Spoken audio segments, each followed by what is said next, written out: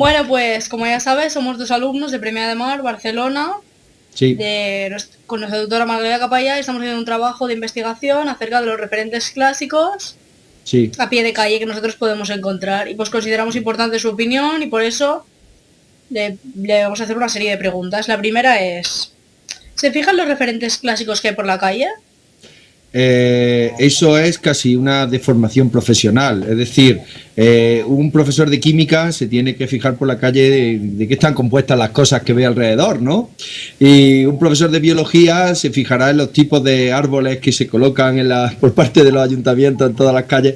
Y es obvio que cualquier profesor de latín y de griego ve la realidad de una manera muy particular, ¿no? Obviamente. Y siempre me gusta transmitirle a los alumnos las cosas que veo para que vean la realidad desde desde mi prisma particular. Y obviamente en ese sentido, pues Granada ofrece, pese a todo, menos oportunidades que otros sitios, porque Granada es más que nada el mundo nazarí, al-Ándalus, pero también en parte Renacimiento, y ahí es donde nosotros tenemos en parte mucho que decir, ¿no? O sea que evidentemente la respuesta es sí, por no prolongarla más. Dime más cosas. ¿Qué referentes hay en Granada?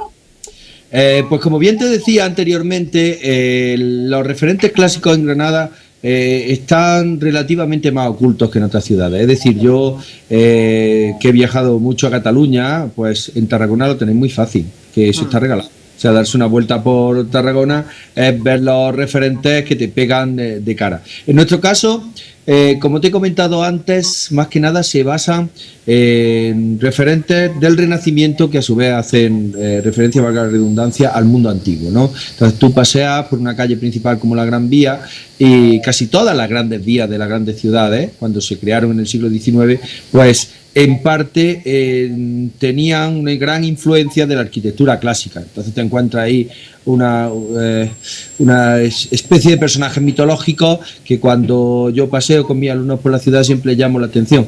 Pero ya os digo que no es una referencia tan directa, ¿no? Eso sí, cuando, por ejemplo, en la época de Carlos V, cuando, por ejemplo, cometieron esa tropelía que se llamó Palacio de Carlos V en mitad de la Alhambra, sí se utilizaron muchos elementos renacentistas, ¿eh? Y ahí pues se pueden ver mucha influencia clásica, y obviamente pues yo en muchas ocasiones he acompañado a los profesores de historia para que pese a que ellos van más por el tema nazarí, yo destaque también la parte que se puede ver del otro.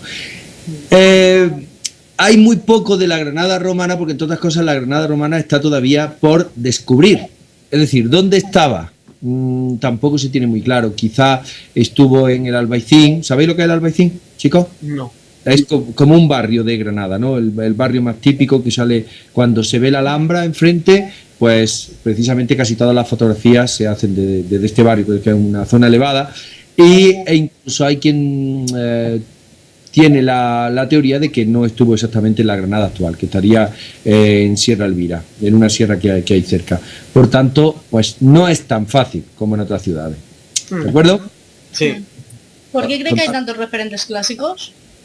Hombre, los referentes clásicos tiene que haberlos en todas las ciudades, sin lugar a dudas, porque desde el momento en que surgió el gusto por lo clásico, que fue a partir del redescubrimiento de los autores clásicos a partir del siglo XV, XVI, todas las ciudades se llenaron de nueva una arquitectura que marcaba claramente como referente especialmente el mundo romano. Entonces, ¿quién no ha paseado por Barcelona, quién no ha paseado por Tarragona y se ha encontrado con algo que no es clásico y sin embargo pues decimos, esto parece un frontón, ¿no? O esto parece un templo griego? Todo eso obedece a un deseo, sobre todo en la historia de España, particularmente aquí, os digo que fue la época de Carlos V, de imitar la gran arquitectura clásica, en tanto que querían también pues tener un imperio. Entonces, imperio romano, imperio español, basado en la misma arquitectura, en la misma. Entonces, cuando tú subes a la Alhambra, por ejemplo, hay una puerta monumental que prácticamente podría ser la puerta de cualquier templo pagano. Y os recuerdo que casi toda la simbología que utilizan los emperadores en aquella época se basa en lo mismo que hacían los emperadores romanos, es decir, el águila como símbolo de poder, que al fin y al cabo es el águila, símbolo de Zeus, como el dios máximo del Olimpo. Y eso lo vamos a encontrar sistemáticamente. También incluso en la simbología de los reyes católicos se pueden coger muchos referentes clásicos. Ahí sí Granada puede ofrecer una enorme galería de imágenes que remiten al mundo clásico, y especialmente a Roma, ¿no? Por aquello del imperio. Contadme. ¿Cree que es importante que hayan referentes clásicos? Hombre, para mí importantísimo, entre otras cosas porque justifica mi propia existencia, ¿no? Tened en cuenta que yo no solo doy latín y griego, sino que también doy cultura clásica. Entonces, si yo sin ese referente de latín y de griego, sin ese referente de la lengua, no puedo dar a conocer a mis alumnos de cultura clásica, que no saben nada de latín y de griego, que el mundo de la cultura clásica está totalmente cerca, que está en su pueblo, que está en su realidad cotidiana, ellos nunca van a sentirlo como algo que pueden palpar. ¿Por qué? Porque tened en cuenta, yo no sé la situación de vuestro centro, no sé si es un centro con un problema de alumnado determinado, de alumnos inmigrantes, de alumnos a lo mejor en paro, pero en mi instituto hay muchos problemas de ese tipo. Entonces, si tú no les enseñas las cosas, si ellos no lo tocan, si ellos no lo palpan, no les sirve para nada. Porque tú no le puedes hablar de Roma y decirle que Roma está a 2.000 kilómetros o a 3.000, porque ninguno de ellos va a ir probablemente a Roma, ¿no? Hay que hacerles palpar todo eso en el día a día. Y ahí es donde en la panadería de barrio, que se llama Júpiter, o en el pub que generalmente le ponen Zeus y cosas así, es donde uno pues le puede ir diciendo, mira, gracias a la cultura clásica y gracias a lo que estás dando, le vas a poder contar a tus compañeros y te vas a sentir orgulloso de estar conmigo. ¿Qué significa todo esto, no? Todas esas cositas que ven el día a día y que ahora te estoy demostrando vienen de Grecia y de Roma. En fin, no sé si eso corresponde con vuestra realidad. Ya os digo que en mi caso pues hay muchos problemas, mucho. Somos un centro de compensatoria y por tanto hay que ser muy didáctico, muy claro, y los referentes clásicos tienen que ser una cosa muy cercana, ¿vale? Contadme. ¿De qué ámbitos son los referentes que ha encontrado? ¿A qué os referís cuando decís de qué ámbito? Pues en el ámbito jurídico, en el científico, en... Arquitectónico.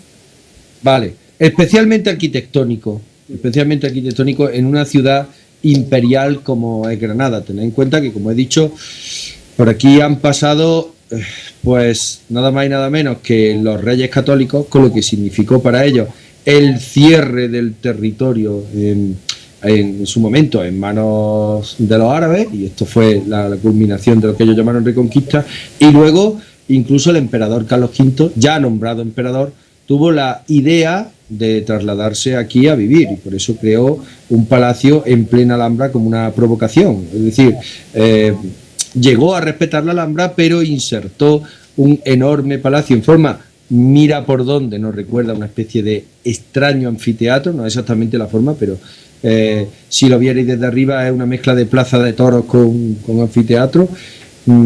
Y bueno, pues toda esa arquitectura que está en pleno momento de desarrollo de la influencia romana nos recuerda tremendamente a Roma, ¿no? Aquí de alguna forma todo lo que podemos ver como referente clásico hace referencia más a Roma que a Grecia.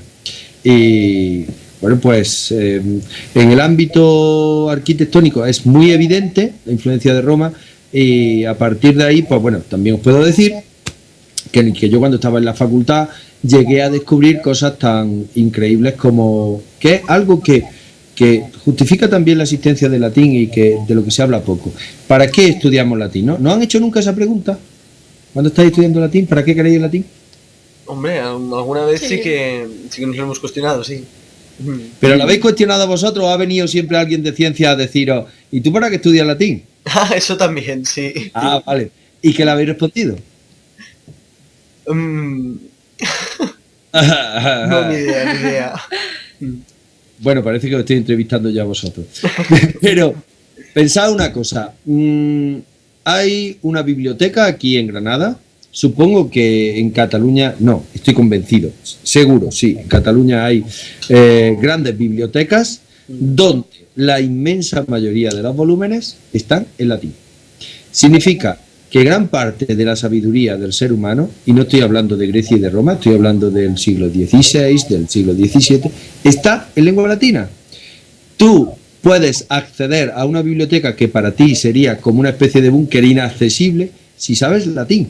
Y puedes abrir un libro que lo ha escrito un señor de hace 300 años y no de hace 2000, y puedes si has aprendido a leer con soltura, porque ya sabéis que nosotros somos grandes defensores de que el latín, sobre todo lo que hay que aprender es a leerlo y a entenderlo directamente sin ayuda de diccionario, pues como decía, puedes tener la enorme suerte de contactar con una persona que te ha querido decir algo hace 300 años, 200 años, 400. Luego, ya la influencia de esos referentes clásicos que vosotros me estáis diciendo no está solo en la calle, en que veamos en la calle la columnita o el frontón o lo otro que nos recuerda tanto a Roma, sino que tú puedes acceder a una biblioteca como la biblioteca del Hospital Real, una de las bibliotecas universitarias más importantes, donde un enorme fondo bibliográfico te está esperando para contarte cosas si sabes latín. Luego, fijaos hasta qué punto, pues, si tú no tienes los conocimientos necesarios de lengua latina, te puedes quedar al margen de los conocimientos que quisieron transmitirnos los hombres del pasado, pero entendiendo por pasado hace 200 años, 250, 300. Mira, yo tengo una tesis doctoral hecha sobre un poeta del siglo XVI. Y ese poeta del siglo XVI, que yo un día estuve leyendo en el Hospital Real, me maravilló, porque habéis oído hablar ya de Virgilio, de Ovidio, de Salustio, o todavía os queda un poco lejos. No lo conocéis, ¿no? Bueno, por encima. Vale, bien. Pues quiero decir que esos grandes poetas romanos que siempre identificamos con un pasado muy lejano, pues en esa época se imitaban. Y se imitaban hasta el punto de que había gente que hacía poesía latina al estilo de los grandes poetas romanos. Y ahora te encuentras en el siglo XVI o XVII un señor que estaba esperando que yo lo abriera, lo descubriera, o cualquier otro que supiera latín, no yo por ser yo, obviamente, ¿no? Entonces, imaginaos que el día de mañana vosotros, por el hecho de saber latín, cualquiera de vosotros dos, viene a estudia en Granada o hace un máster en Granada, y esa biblioteca que está ahí esperándoos, pues os resulta un tesoro maravilloso al que vosotros tenéis acceso. Pues os parece poco referente clásico tener la capacidad que no tienen miles de personas de poder leer esa poesía que os está esperando. Pues ahí tenéis uno de los referentes que podéis encontraros aquí, sin lugar a dudas. Y no es de hace 2000 años, ¿vale? ¿Se interesa mucha gente en los referentes clásicos o pasan inadvertidos? Ten en cuenta que para fijarse en los referentes clásicos hay que saber qué son esos referentes. Si tú no has estudiado, si a ti no te han explicado qué son esos referentes, es decir, ¿qué es para una persona un águila colocada en un escudo imperial? Pues no deja de ser un águila, ¿no? Sin embargo, para vosotros, cuando se os explique que el águila es el ave que se identifica con Zeus, deja de ser un simple águila para convertirse en un símbolo de poder, porque Zeus era el dios de los dioses, ¿no? Por tanto, los emperadores conscientemente se quieren conectar con el mundo romano y a la vez, pues, quieren conectarse con la mitología clásica. Para todo eso, como siempre, chicos, hay que estudiar y hay que tener una base para entender todo eso. Entonces, la gente no va por ahí diciendo, fíjate lo que vemos, que esto hace referencia a Zeus o a Hermes o a Minerva, ya quisiera yo. Pero precisamente nuestra obligación como profesores es la de hacer que los alumnos vean la realidad de otra manera cuando pasean por la calle, ¿no?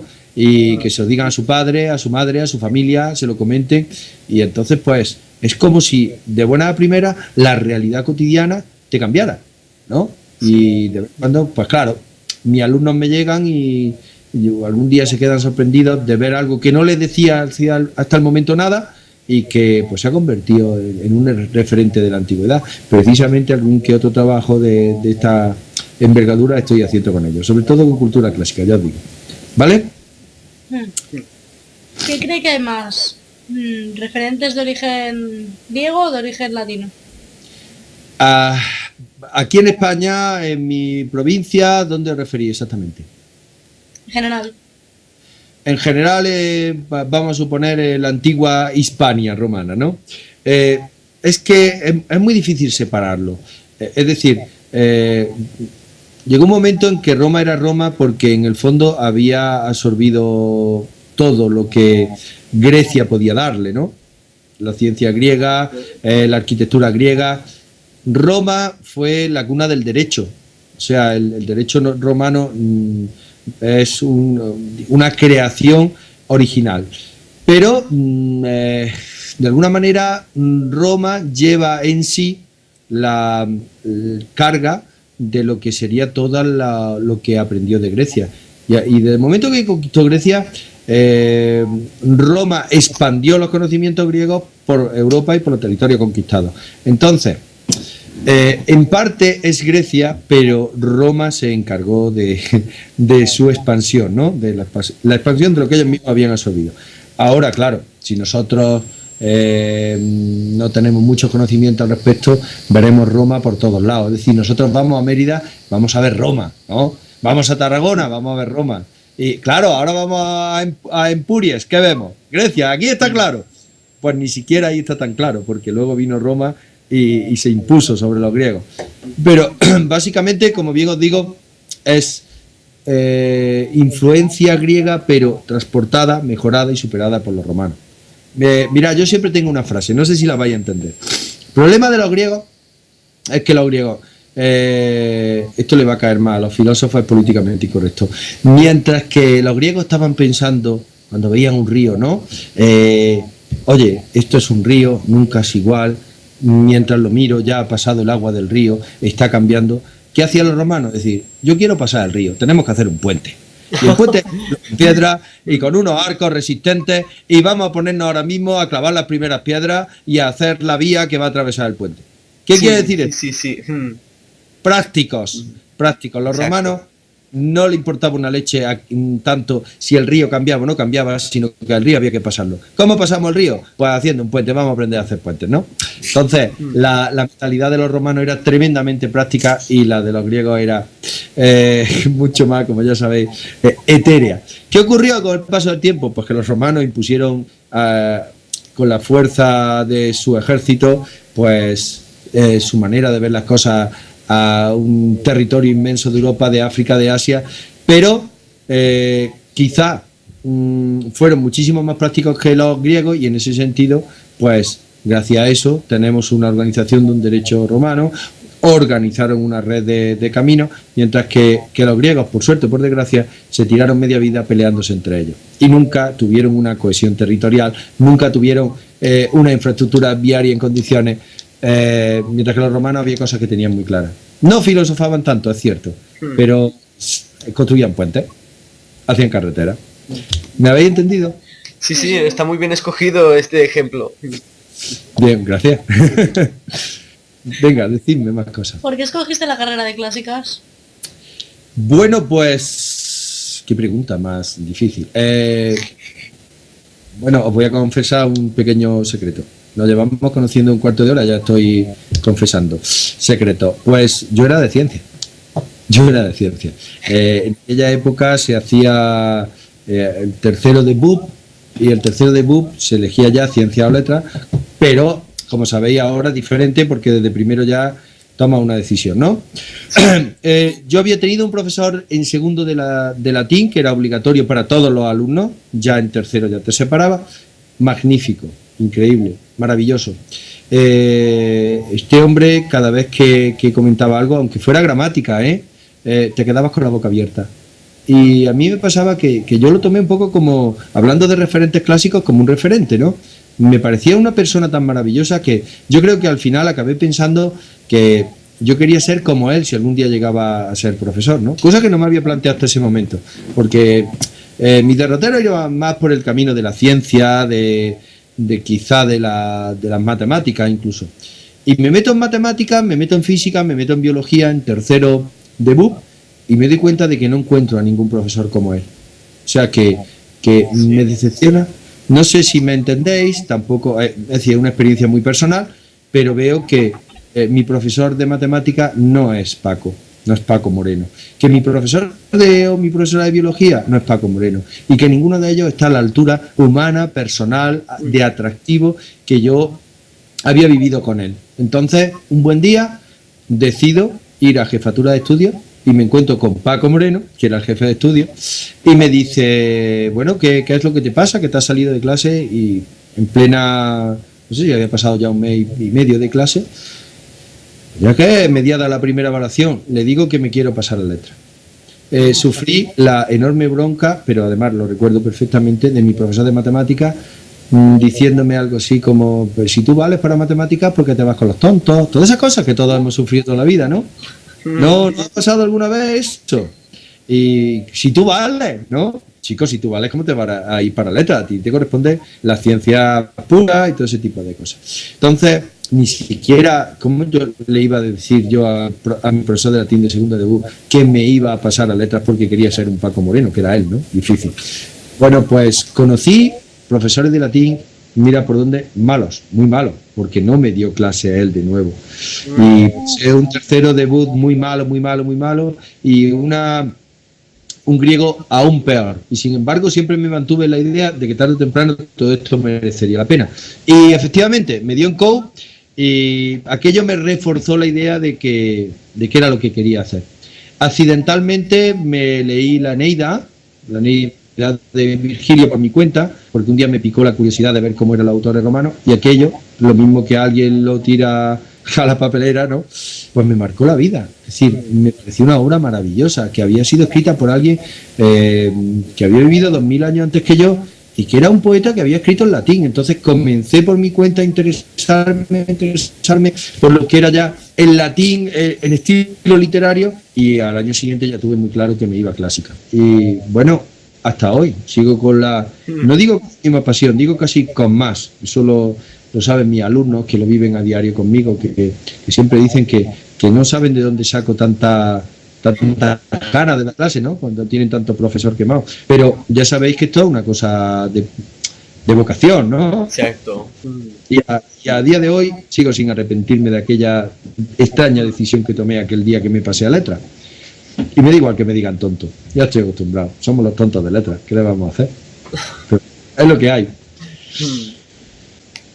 Espero que... A ver, sí, dime. Háblanos sobre los métodos activos que utilizas en el aprendizaje del latín y del griego. Te cuento.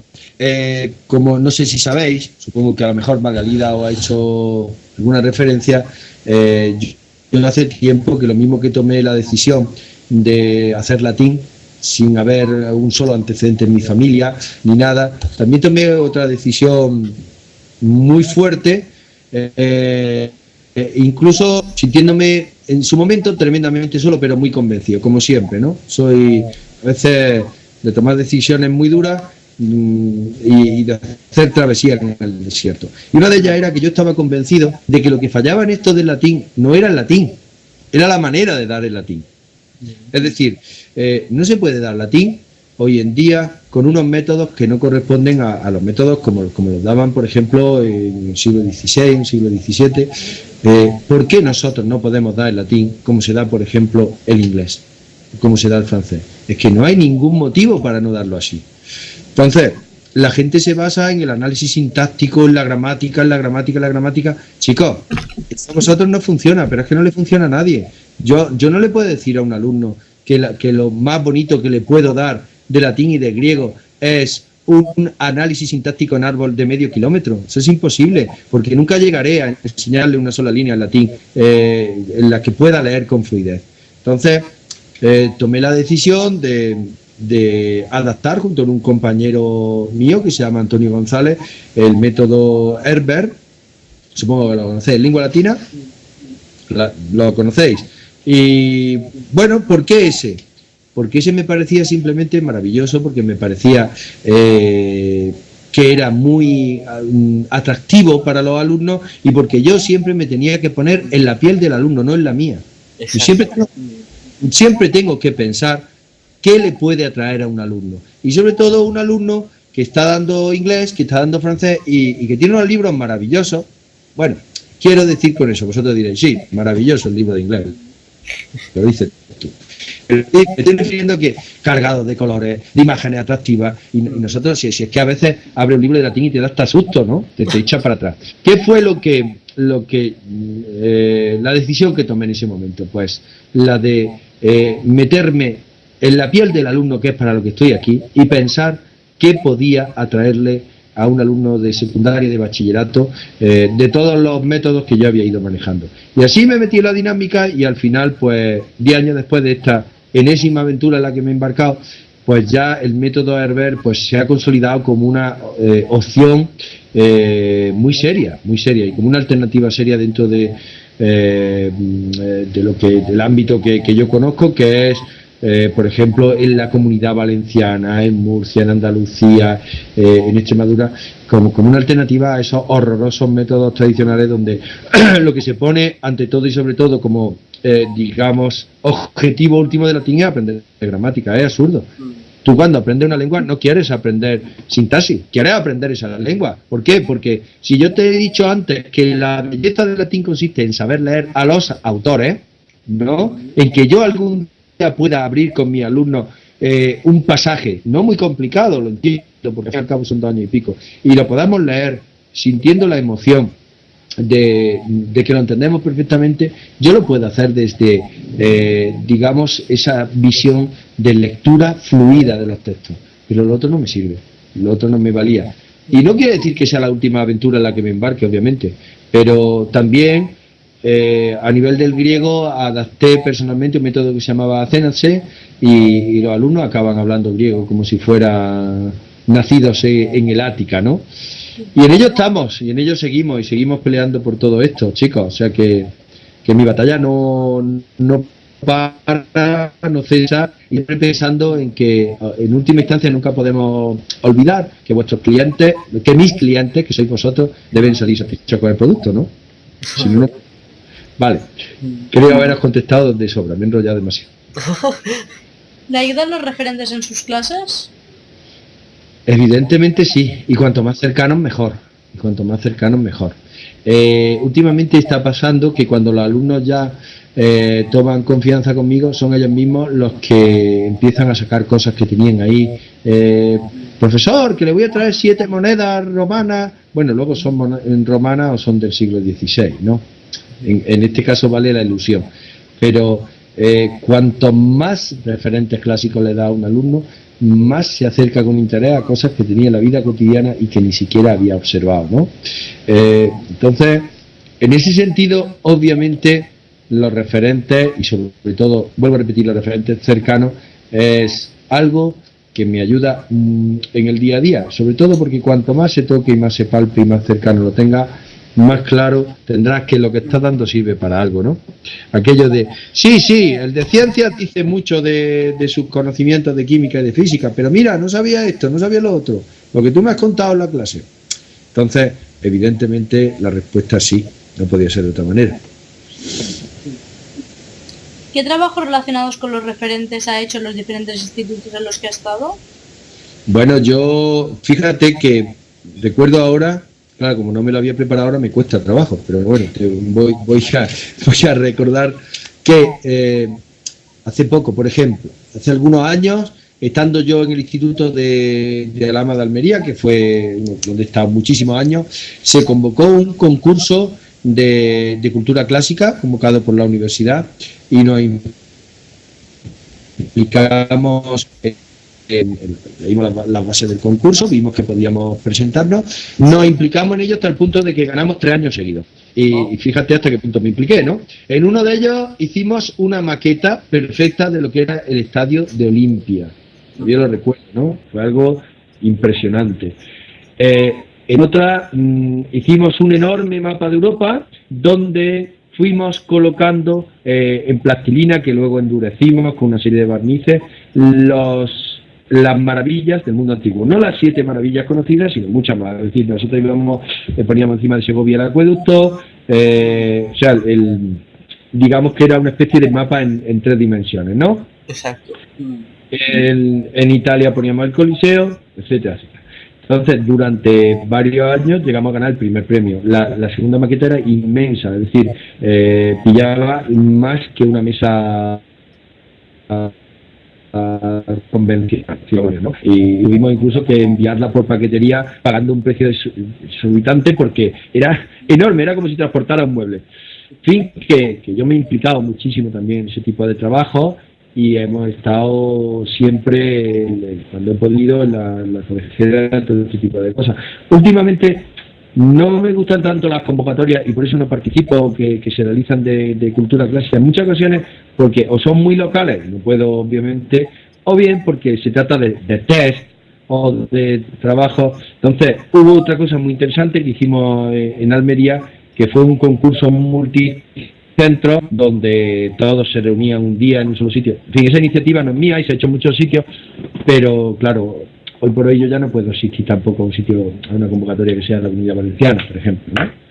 Pero sí es verdad que he hecho bastantes cosas, ¿eh? Y las seguiré, obviamente. Bueno, y por último, Contadme más cosas. si tuviera que buscar un nombre de tienda con referente clásico, ¿cuál escogería? Bueno, un nombre latín, ¿no? Por Sí. ejemplo. O griego.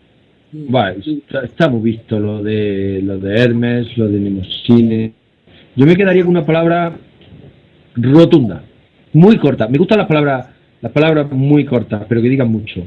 Fatum. ¿Sabéis lo que es fatum? Os he pillado. El destino. Es el destino que todos tenemos que cumplir. En español da ado, con H, ¿vale? Fatum, suena así como muy tremendo, ¿no?